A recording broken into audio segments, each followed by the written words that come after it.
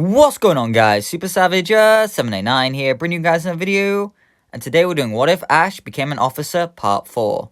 The like goal for this video is 500 likes, so after 500 likes is hit, I'll start working on Part 5. So without further ado, let's jump into today's video. In preparation for the Indigo League, Ash should be training hard, with his friends encouraging him. He'd have quite a few adventures, like going to the Seafoam Islands or Pokeopolis, but we're going to skip over that because they're not really that important, and we'll just jump straight into how he does during the Indigo League itself. Round 1 would begin where Ash would sweep. Here, however, he doesn't have Kingler, so instead he uses War Turtle, leading to a clean sweep. Ash then wins his second battle thanks to War Turtle as well. In the third battle, he uses Farfetch'd, Growlithe, and Rhydon.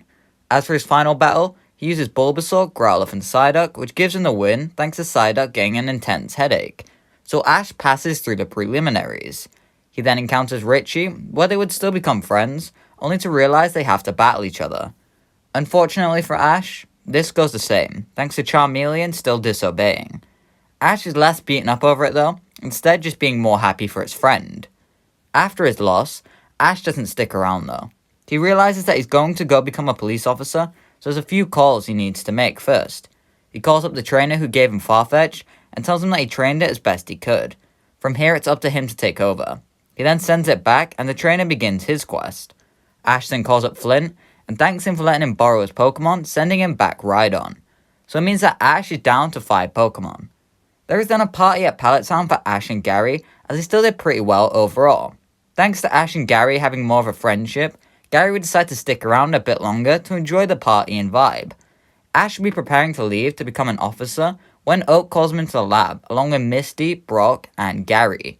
There, he reveals to them the GS Ball, and requests that they go and retrieve it for him. He knows it's going to further derail Ash, so he understands if he doesn't want to do it.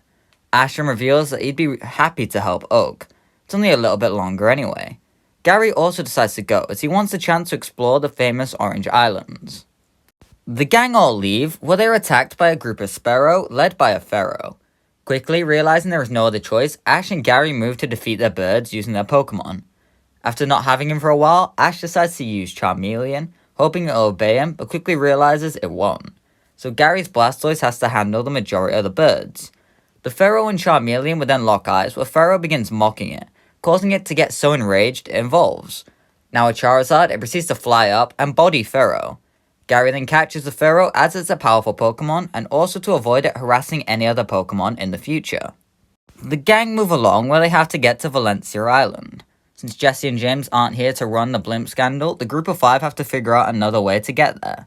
So Gary and Ash surf along the ocean on Blastoise, while Brock, Meowth, and Misty ride Aerodactyl. While it takes longer than the blimp, the gang don't end up crashing, so they arrive around the same time. They end up meeting Professor Ivy, who hands over the GS Ball. Brock also decides to stay with Ivy, and the gang move on without him. Using Blastoise, the gang arrive on the next island quicker than normal. This is thanks to them not crashing and having to deal with Team Rocket. So they arrive on shore to find a washed up, injured Lapras, as well as some people harassing it. Ash would handle the situation thanks to Growlithe bodying them. They then take Lapras to the Pokemon Center to heal it up, learning that it's lost its family. Ash would feel sorry for it, so he would take the time to earn its trust like he normally does.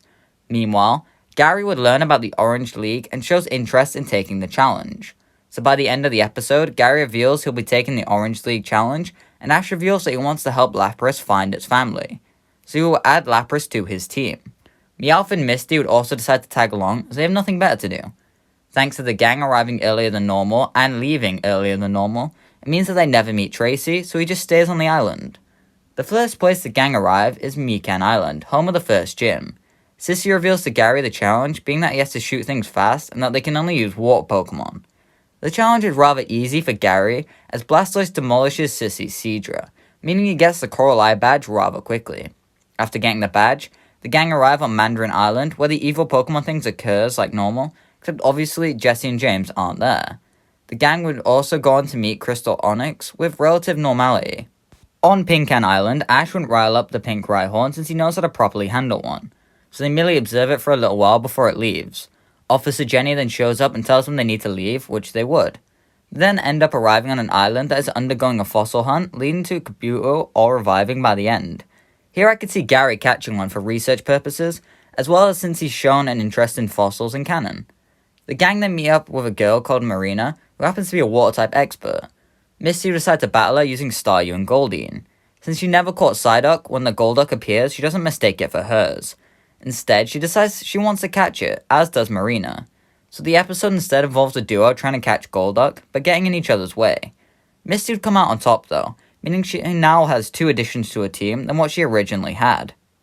After helping a Nurse Joy heal up Pokemon, the gang arrive on Naval Island for Gary's second badge. He would climb up the mountain where he meets Danny, who reveals what they have to do, being that they must freeze the geyser. Gary would use Kabuto for this, but unfortunately, the young Mon would fall short, meaning Gary loses the first round.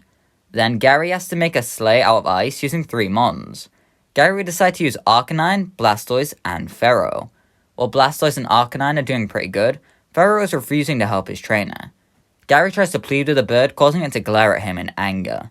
Because of Pharaoh's unobedience, it means that Gary also loses the second round as well as the challenge.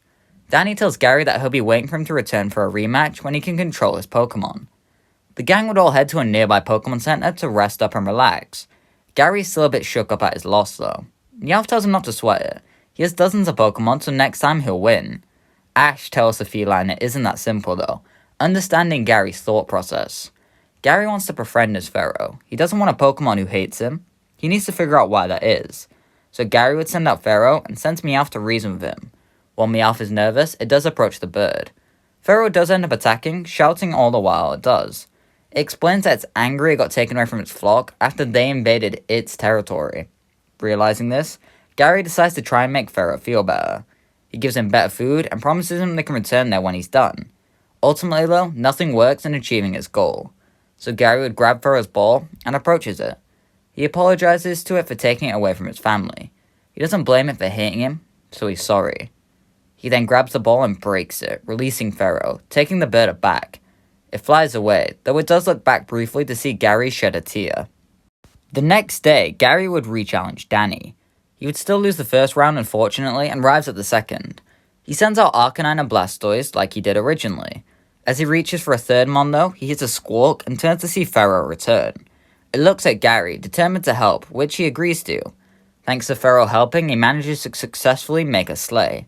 In the third round, his team would be able to work together in harmony, which allows Gary to defeat Danny and gift him the second badge. Pharaoh would then rejoin Gary's team. After this, the gang head to the 7 Grapefruit Islands where they encounter Snorlax. Here, Gary would be the one to catch Snorlax instead of Ash. They then head to Moro Island where they learn of the trophy. They think nothing of it and move on, only to encounter a ghost ship. From out the ship emerges a Ghastly and Haunter, who end up controlling Meowth to explain the situation to the gang. Wanting to help, the gang decide to steal the trophy back, except they can't. Ash wants to be an officer, and Gary and Misty are too well known. So it falls to Meowth to go back to his old ways. Using various gadgets, Meowth is able to successfully steal the trophy back and returns it to the Ghost Mons, who take it to the moon along with their ghost ship. Next up for our gang is an island praying for Meowth where some comedic shenanigans occur. They promptly leave though, without Meowth being able to enjoy the luxuries. On Murkoff Island, the gang find a badly damaged Scyther. Ash wants to help it, like normal, realizing the only way to help is to catch it. So using Growlithe, he weakens it and throws a ball at it, catching it. In canon, he tried to catch the same Scyther, but Pikachu attacked it. Here I think Growlithe would do a lot more damage, weakening it a lot more, so Ash would be able to catch it. When heading back to the Pokemon Center, Ash would swap out Charizard for Scyther. He then spends the episode befriending said Scyther. They return and challenge the other Scyther with a duo win thanks to working together. Scyther decides to stay with Ash though, so that's nice. After relaxing, they find 2 trainers whose Nidoran are in love, despite their trainers hating each other. Gary decides to step in, using his Nidoking and Nidoqueen to teach the Nidoran how to be strong, so they can move on from love to ignite their battle drive. So the Nidoran end up evolving, and are able to move on from their love. The trainers are grateful for this, and the gang move on. After some storm chasing, the gang arrive in a city with a monster in the sewers, where they learn it's an abandoned Bulbasaur. At the end of the episode originally, Bulbasaur stays with Nurse Joy. However here, Gary decides to add it to his team since he can see promise in it. They then arrive at Trivia Island and meet Rudy. After passing his test, Rudy asks Gary what 3 types of Pokemon he'll be using. He replies that he'll be using water, fire, and poison types. The next day, the fight would begin with Gary sending out Blastoise against Rudy's Starmie. The Starmie would be using Thunderbolt, which does a lot of damage against Blastoise. Combined with the fact that it knows how to dance, it's able to avoid a lot of Blastoise attacks. In canon, Ash's Squirtle was able to defeat Starmie, and obviously Blastoise is stronger than Squirtle, so Gary would manage to defeat Starmie despite its disadvantage. Next up, Gary sends out his Arcanine against Rudy's Ninetales. I'm going to say that Arcanine wins this, since we've never seen Rudy's Ninetales do anything. Well, Gary's already won, he wants to get that 3-0 and sends out his Nidoking against Rudy's Venomoth, which obviously gets demolished, leading to Gary winning and getting the badge. On the next island, Meowth gets stolen by a big Pidgeot, and the gang have to save him, which they would do. They then encounter a trainer with a Poliwrath that challenges Gary to a battle. Gary decides to use his Bulbasaur, but is bested by an Ice Beam. The trainer tells Gary to train his Bulbasaur and rematch him. So after unthawing Bulbasaur, Gary begins to train with it. Ash even helps, using his Bulbasaur to help Gary's. So Gary would rematch the Poliwrath with Bulbasaur, where it ends up evolving into Ivysaur, and defeating said Poliwrath. Moving along, the gang meet a bunch of Firefighter Wartortles, where Ash's Wartortle decides to train with them. From this he learns Hydro Pump and becomes much stronger.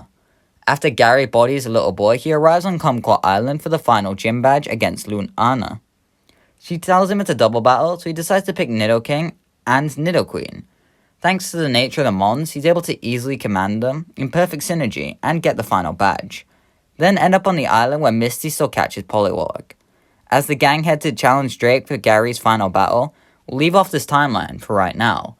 If you're enjoying this series, why not hit the like button? As I said at the start, 500 likes guarantees a part 5. Let me know what you think about Gary basically being the main character of the Orange Islands arc here. And let me know if you think he's going to beat Drake. Also, I'll leave a pinned comment down below all the Pokemon Gary caught. It would be too hard to make a separate layout for Gary and all of his mons, as well as Ash. So I decided to at least leave Ash's. And yeah, bye!